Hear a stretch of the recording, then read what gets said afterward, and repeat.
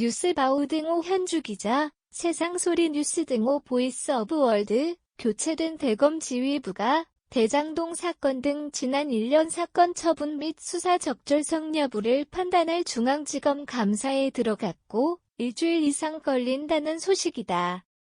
이전 지휘부가 정치적 논란을 우려해 이재명 의원의 대장동에 혹수사를 중단했다는 해석이 대체적인 여론이다.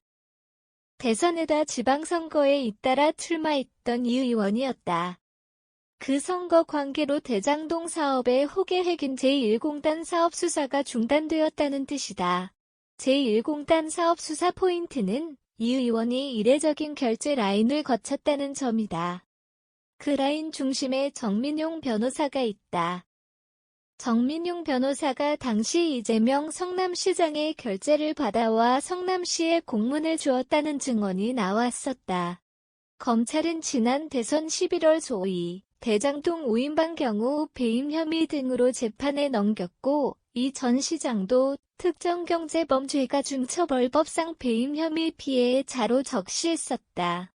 하지만 검찰은 이후 전 시장 소환이나 서면 조사 없이 6개월 이상 수사를 사실상 중단했다고 한다.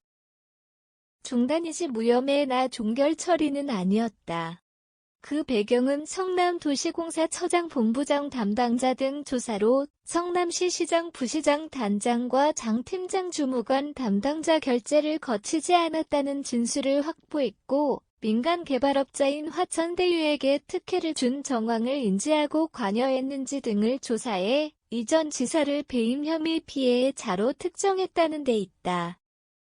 대장동 사업의 혹행인 제1공단 사업은 성남시가 2016년 2월 변경했다. 본래 개발 계획은 대장동 사업과 제1공단 사업의 결합 계획이었지만 불리한 거다. 제1공단이 제외되고 용적률이 상향되는 쪽으로 바뀐 바람에 화천대유에 수천억 대의 이익이 돌아가게 됐는지로 성남시와 성남도공이 있게 된 손해 여부다. 재판에 넘겨진 소위 대장동 5인방은 유동규, 김만배, 남욱, 정영학, 정민용 등으로 대장동 사업에서 초과 이익 환수 조항을 삭제하는 데 관여했다는 혐의다.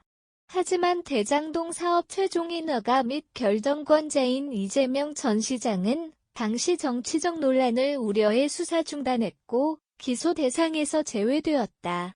대장동과 제1공단의 결합 개발이 갑자기 분리 변경된 사건에 대해 이재명 시장을 소환하거나 서면 진술 조사조차 하지 않아 종결되지 않은 사건이다.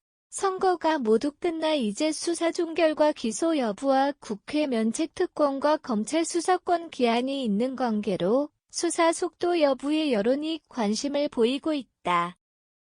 현주 기자 사코파워 @아웃룩, 캄루즈바우.com